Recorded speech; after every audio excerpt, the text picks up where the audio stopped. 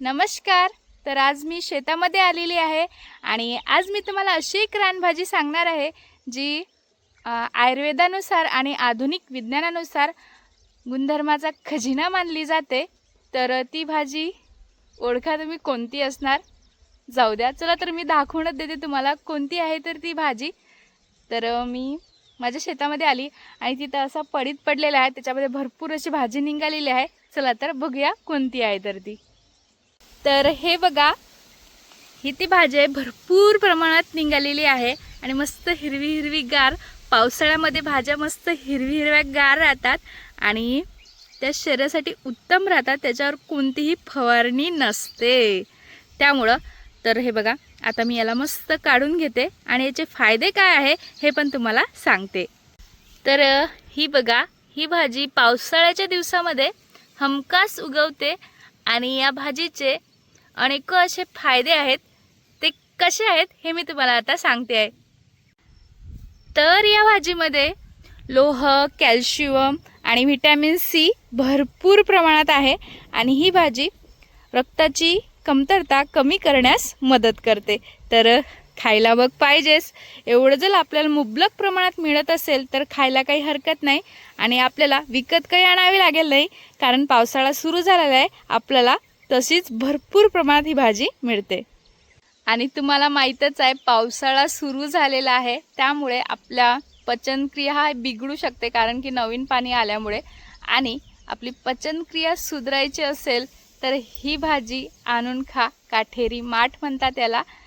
आणि ही भाजीमध्ये फायबरचे प्रमाण जास्त असल्यामुळे आपल्या पचनक्रिया सुधारण्यास मदत करते. तर खायलाच पाहिजे मग. तर हे थोडीशी भाजी मी काढून घेतली आणि याचे अनेक असे फायदे आहेत. मला माहीत आहे, पण व्हिडिओ थोडा मोठा होणार त्यामुळे मी सांगत नाही. अनेक असे फायदे आहेत, तुम्ही याचे फायदे पहिले तपासून पहा, नंतरच ही भाजी आणून खा. मी तर खाते आणि तुम्हाला पण खायला सांगते. तर ही भाजी कशी बनवायची हे पण मी तुम्हाला सांगणार. व्हिडिओ लास्टपर्यंत बघा, तेव्हाच समजणार ही भाजी कशी आणायची, कशी बनवायची आणि कशा प्रकारे खायची. तर ही भाजी आता मी काढून घेते.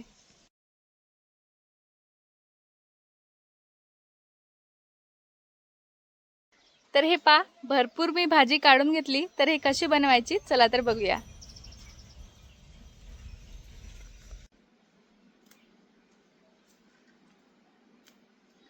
मस्त तोडून घ्यायची अशा प्रकारे आणि मग 2-3 पाण्याने स्वच्छ धुवून घ्यायची, कारण कोणतीही रानभाजी पहिले धुतलेली पाहिजे, त्यामुळे त्यातला सगळा कचरा हे निघून जाते आणि मग मस्त करायची.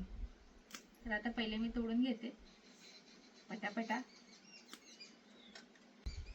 तर हा काठेरी माठ आहे, पण हा आता सध्या लहान आहे, म्हणजे कोवळा आहे, त्याच्यामुळे याला काटे काही तुम्हाला दिसणार नाही आणि ही करायला पण सोपी जाणार आणि खायला पण चवदार लागणार. तर अशी कवडी असतानाच ही भाजी आणा आणि ही कवडी भाजी फक्त आणि फक्त तुम्हाला पावसाळ्यामध्येच मिळणार, बाकी मिळणार नाही. त्यामुळे आता पावसाळा सुरू झालेला आहे, तर लवकरात लवकर आणा आणि मस्त बनवा आणि खा आणि आपलं शरीर हे सुदृढ ठेवा. हीच आमची पण जबाबदारी आहे आणि तुमची पण जबाबदारी आहे.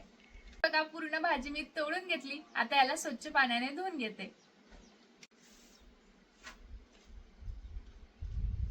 पहिले याला एका ताटामध्ये आता काढून घेतले. हे सगळं हे धुवून घ्यायचं व्यवस्थित. हे बघा, याला ज्या माती जे लागलेली असते, माती वगैरे काही असलं तर निघून जाते. याच्यामध्येच टाकते, यातलं पाणी राहिलेलं झरून जाते. मग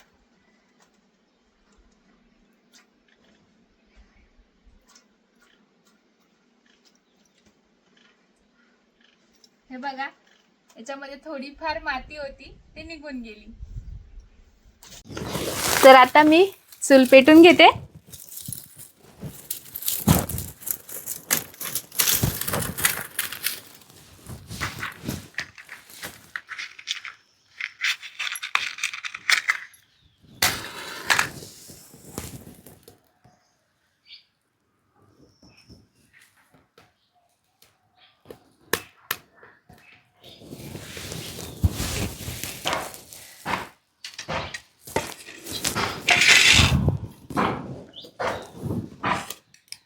आपली मस्तपैकी चूल आता पेटलेली आहे. तर भाजी करता लागणारं साहित्य बघून घ्या. एक कांदा कापून घेतला आणि 2-3 लसणाच्या पाकळ्या आणि हे 2-3 हिरवी मिरची कापून घेतली.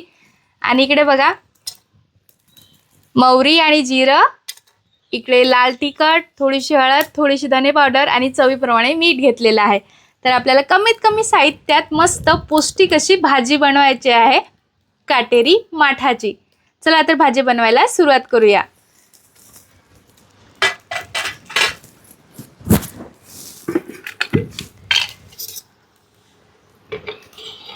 तर कढईमध्ये मी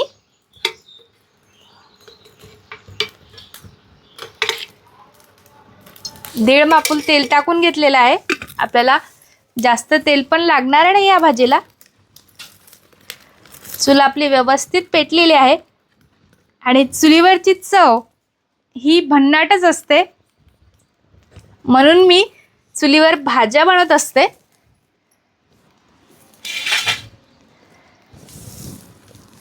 तर तेल आपलं तापू द्यायचं पहिले. तर तेल आपलं ताकलेलं आहे. तर याच्यात मोहरी आणि जिरे टाकून घेते. मोहरी आणि जिरं व्यवस्थित तडतडलं की नंतर टाकायचे आपल्याला लसूण,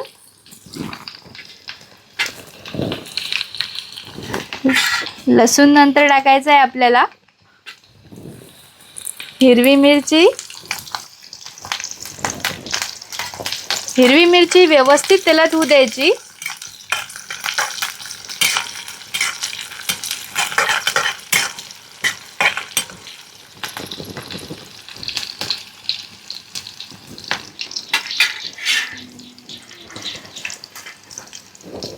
आता टाकायचा कांदा.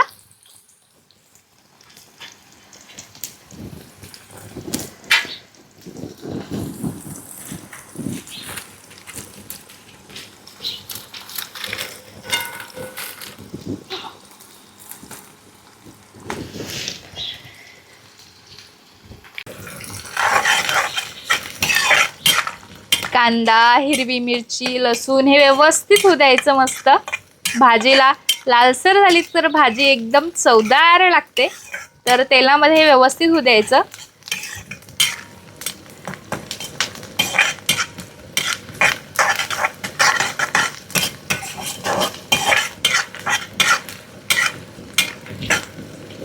आता कांदा, लसूण, हिरवी मिरची सगळं व्यवस्थित झालं. हे बघू शकता. थोडासा लालसर कलर येऊ द्यायचा. पूर्णच लाल नाही होऊ द्यायचं, नाहीतर भाजी कडवट लागणार. तर आपण आता काटेरी माठ याच्यामध्ये आता टाकून देते.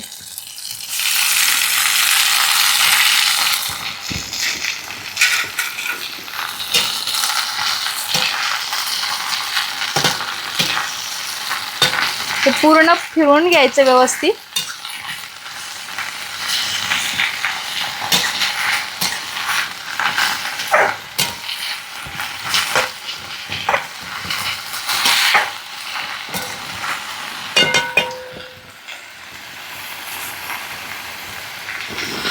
आता जे आपण बेसिक मसाले घेतले, लाल तिखट, हळद, धने पावडर आणि चवीप्रमाणे मीठ घेतलं. तर मीठ थोडंसं कमीच टाका, कारण ही भाजी बघा चिमून जाते. तर आता हे याच्यामध्ये टाकून देते.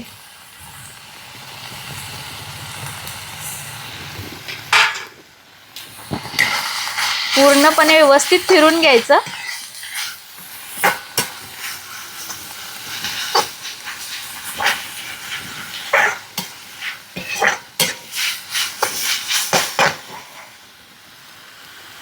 तर आपली अवघ्या 5-10 मिनिटांमध्ये भाजी शिजून तयार होणार आणि मस्त मग जेवण करायला सुरुवात करायची. आणि आपला शरीर हे सुदृढ बनवायचं, कारण आता या आधुनिक युगात अनेक अशा आजार होत आहे की सांगूही नाही शकत कायच्यापासून काय होणार म्हणून. कारण आपण अशा भाज्यांवर विसर पडलेला आहे. त्यामुळं हे भाज्या खा, कारण जुने लोक हे आवडीने खायचे आणि त्यांना अशा कोणत्याही बिमाऱ्या व्हायच्या नाही. आता तर डायबिटीज, अनेक ॲसिडिटी तर भरपूर प्रमाणात वाढलेली आहे. त्यामुळे ही अशा भाज्या खायला काही हरकत नाही आहे. याने ॲसिडिटी वगैरे काही होणार नाही.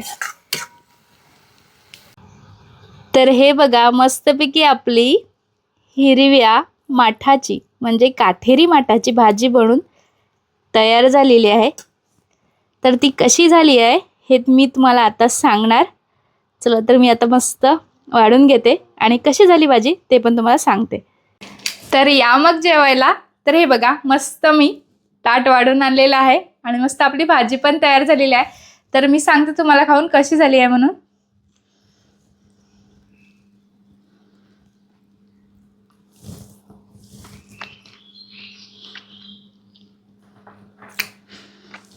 भाजी खूप मस्त झालेली आहे. चवीला तर मस्त लागत आहे. आणि याचा प्रमुख एक फायदा पण आहे. तर याच्यामध्ये फायबर जास्त आणि कॅलरीज कमी असल्यामुळे आपलं पोट भरलं भरलंसं राहतं आणि त्यामुळे आपलं वजन पण नियंत्रित राहते. त्याच्यामुळे हे भाजी खायला विसरू नका. आणि याच्यामध्ये व्हिटॅमिन सी असल्यामुळे आपली प्रतिकारशक्ती वाढते आणि पावसाळ्यात होणाऱ्या संसर्गजन्य आजारापासून आपलं शरीर नियंत्रित राहते. त्यामुळे ही भाजी खायला विसरू नका. चला तर आता मस्त मी जेवण करते.